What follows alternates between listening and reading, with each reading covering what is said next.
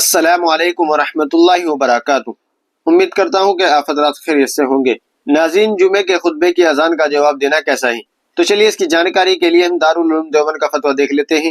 چنانچہ کسی سائی نے دارالعلوم دیوبند سے سوال کیا ہے، خطبے کی اذان کا جواب دینا کیسا ہے اور اقامت کا جواب دینا کیسا ہے؟ براہ کرم اس کا جواب عنایت فرمائیں۔ تو چلیے دیکھتے ہیں دارالعلوم دیوبند نے اس کا کیا جواب دیا ہے۔ اس کا جواب آپ اپنی اسکرین پر بھی دیکھ سکتے ہیں۔ بسم اللہ الرحمن الرحیم۔ احوط اور مفتیٰ بھی قول کے مطابق خطبے کی اذان کا جواب زبان سے نہیں دیا جائے گا، البتہ صرف دل ہی دل میں جواب دے سکتے ہیں۔